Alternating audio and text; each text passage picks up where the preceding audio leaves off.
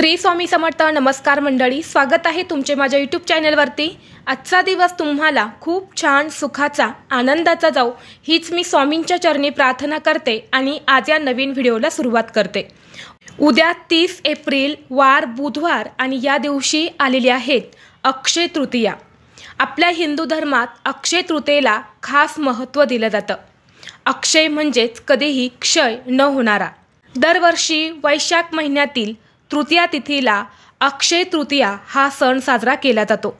अक्षय तृतीयाच्या शुभ मुहूर्तावर कोणतेही शुभ कार्य केल्यास त्याची कायम प्रगती होते। तसेच या दिवशी माता लक्ष्मीची मनोभावे पूजा केल्यास धनप्राप्ती होत असते। या अक्षय तृतीयेला माता लक्ष्मीची मनोभावे पूजा केल्यास, माता लक्ष्मीला त्यांच्या आवडत्या गोष्टी अर्पण केल्यास आपल्या जीवनातील सर्व समस्या दूर होतात। तसेच वर्षभर धनलाभ होत असतात। अक्षय तृतीयेचा दिवस हा 3.5 शुभ मुहूर्तांपैकी असलेला एक अतिशय असा शुभ मुहूर्त आहे। म्हणून या दिवशी सोने चांदी खरेदी करणे, नवीन गोष्टींची सुरुवात करणे, काही नवीन वस्तूंची खरेदी असेल तर ती देखील या दिवशी केली जाते। असं म्हटलं जातं की या दिवशी आपण सोने चांदी खरेदी केली तर ती आपल्यावर कधीही मोडण्याची किंवा विकण्याची वेळ येत नाही, ते आपल्याकडे अक्षय राहत असते। आणि म्हणून या दिवशी सर्व काही गोष्टी ज्या आहेत तर त्या चांगल्या केल्या जातात। जर आपण या दिवशी काही वाईट गोष्टी केल्या तर त्यासुद्धा आपल्यासोबत शाश्वत राहतात। आणि म्हणून या दिवशी चुकूनही अशा काही चुका ज्या आहेत तर त्या करू नका। तर पहा, या दिवशी कोणत्या चुका केल्या जात नाही याबद्दलचा एक व्हिडिओ मी तुमच्यासोबत शेअर केला आहे। तर तो व्हिडिओ तुम्ही पाहिला नसेल तर आवर्जून आपल्या चॅनलवरती जाऊन तो व्हिडिओ तुम्ही पाहू शकता। जर आपण या दिवशी काही चुका केल्या, आपल्या हातून काही पापं घडली तर ती सुद्धा आपल्यासोबत शाश्वत राहतात आणि यामुळे आपल्या आयुष्यामध्ये अडचणी ज्या आहेत तर त्या निर्माण होत असतात। अक्षय तृतीयेच्या दिवशी काही प्रभावी उपाय आणि सेवासुद्धा केल्या जातात।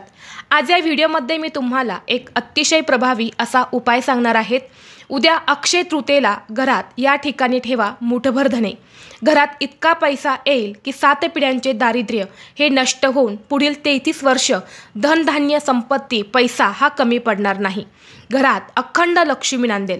घराची, मुलांची, पतीची अगदी भरभरून प्रगती होईल। तर असेही मुठभर धने कुठे ठेवायचे आहेत, कोणत्या वेळेत ठेवायचे आहेत याबद्दलची संपूर्ण माहिती आज या व्हिडिओमध्ये मी तुमच्यासोबत शेअर करणार आहे। त्यामुळे तुम्ही हा व्हिडिओ स्किप न करता शेवटपर्यंत नक्की पहा। चॅनलवरती नवीन असाल तर सबस्क्राईब करा आणि असेच माहितीपूर्व नवनवीन व्हिडिओ पाहण्यासाठी बेल आयकॉनला प्रेस करा, म्हणजे जेव्हा कधी मी नवीन व्हिडिओ अपलोड करेल त्याचं नोटिफिकेशन सर्वात अगोदर तुम्हाला भेटेल आणि तुम्ही एक पण व्हिडिओ मिस करणार नाही।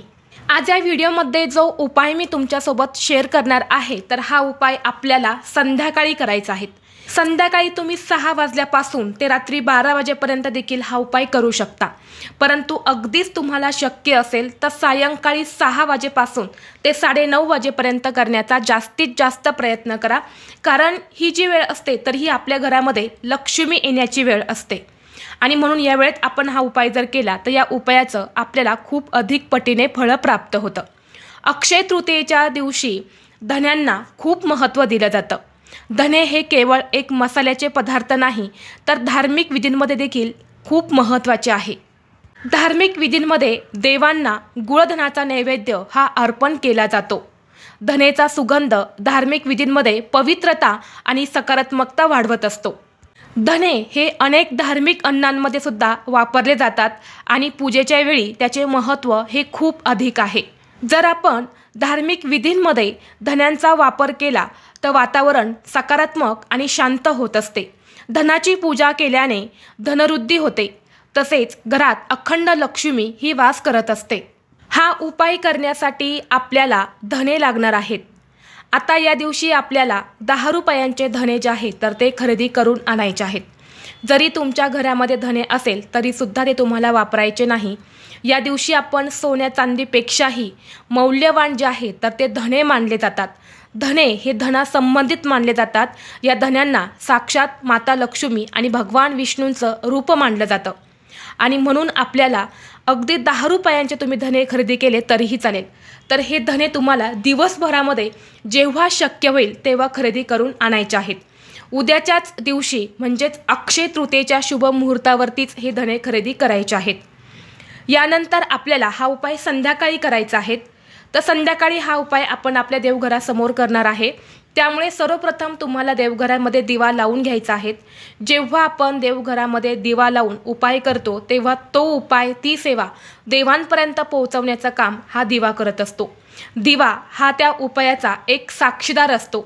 दिव्यामध्ये सकारात्मक लहरी या खूप जास्त असतात आणि म्हणून आपला उपाय जो आहे तर तो सफल ठरत असतो। म्हणून सर्वप्रथम दिवा लावायचा, धूप दीप अगरबत्ती लावायची आणि यानंतर या उपायाला सुरुवात करायची। आता हा उपाय करण्यासाठी जी धने तुम्ही विकत आणली आहे तर ती एका स्टीलच्या वाटीमध्ये काढून घ्यायची आहेत। प्लास्टिकचं भांडं चुकूनही वापरू नका। यानंतर तुम्हाला काय करायचं आहे, हे धने जे आहे तर ते आपल्या देवघरामध्ये ठेवायचे आहेत।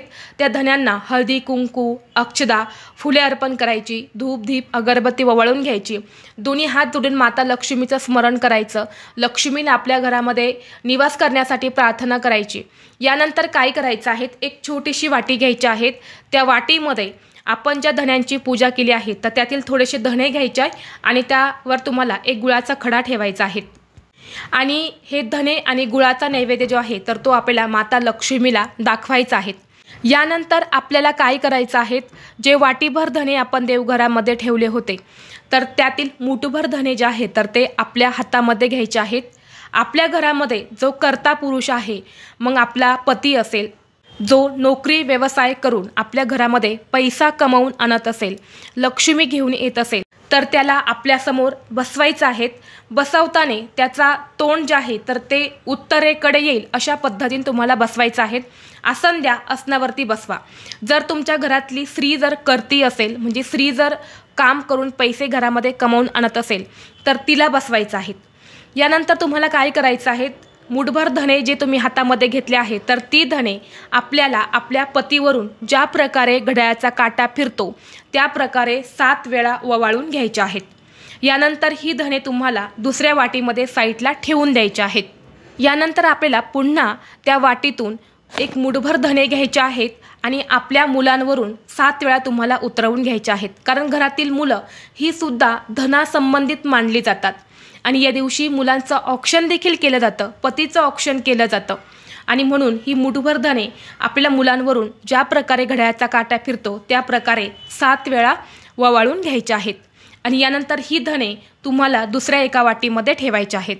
आता जी धने तुम्ही पतीवरून उतरवून घेतली आहे तर ती धने तुम्हाला काय करायची आहेत, त्यातील थोडेसे धने हे एका कागदाच्या पुडीमध्ये बांधून ती पुडी तुम्हाला तुमच्या पतीच्या पर्समध्ये ठेवायची आहेत। यानंतर त्यातील थोडेसे धने आणि मुलांवरून आपण जे धने उतरवले आहेत तर त्यातील थोडेसे धने, असे धने घेऊन तुम्हाला एखाद्या कुंडीमध्ये टाकायचे आहेत। आपण जी झाडे लावतो तर ती माती असेल तर त्या मातीमध्ये तुम्हाला ही धने जी आहेत तर ती टाकायची आहेत। जेव्हा ही धने मोठी मोठी होत जातात, म्हणजे याची कोथिंबीर जेव्हा तयार होते तर तशी तशी आपल्या मुलांची आणि पतीची घराची प्रगती जी आहे तर ती होत असते। या दिवशी ज्या घरामध्ये धने पेरली जातात ना त्या घराची वर्षानुवर्ष प्रगती होते असे आपले शास्त्रामध्ये सांगितले जाते। जेव्हा धने उगवतील तेव्हा ती कोथिंबीर जी आहे तर ती तुम्ही वापरू शकता।